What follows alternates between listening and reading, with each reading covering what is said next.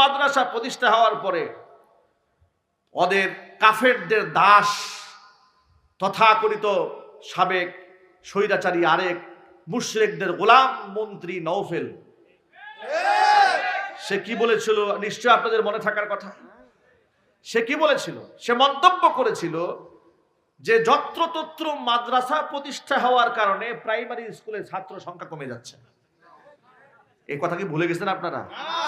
এই মন্তব্য করেছিল যত্রতত্র মাদ্রাসা প্রতিষ্ঠা হওয়ার কারণে প্রাইমারি স্কুলে ছাত্র কমে গেছে।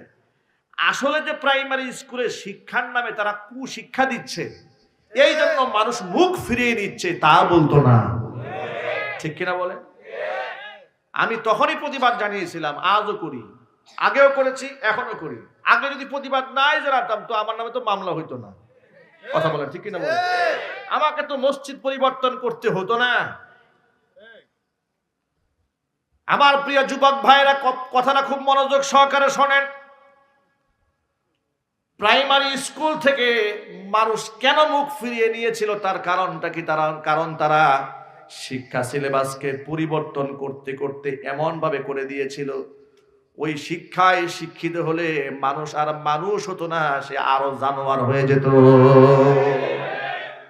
গার্জিয়ানরা যখন দেখলো বইয়ের সিলেবাসে ঢুকিয়ে দেওয়া হয়েছে এসো বন্ধু হই, আছে না নাই ভাই?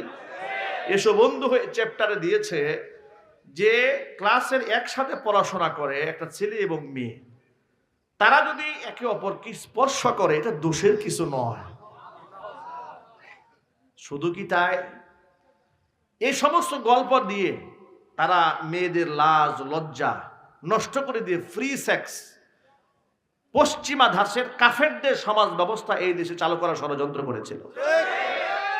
যার জন্য আপনারা দেখেছেন, আপনারা নিশ্চয়ই জ্ঞানী মানুষ, এই তথ্য আপনাদের কাছে আছে, বিশ্ববিদ্যালয়গুলোর মধ্যে প্রকাশ্যে গাজার আসর বসতো, কেউ বাধা দিত না।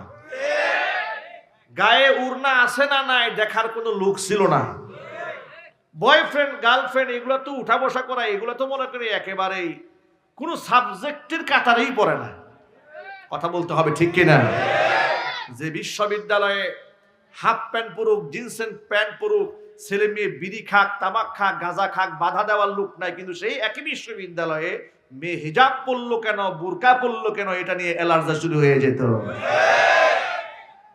নবাব সলিমুল্লাহ মুসলিম হল, মুসলিম শব্দ বাদ দিয়ে দিয়েছে, যে হলের নামে কোনো মুসলিম রাখা যাবে না, সলিমুল্লাহ হল। নজরুল ইসলাম কলেজ, ইসলাম বাদ দিয়ে দিয়েছে, নজরুল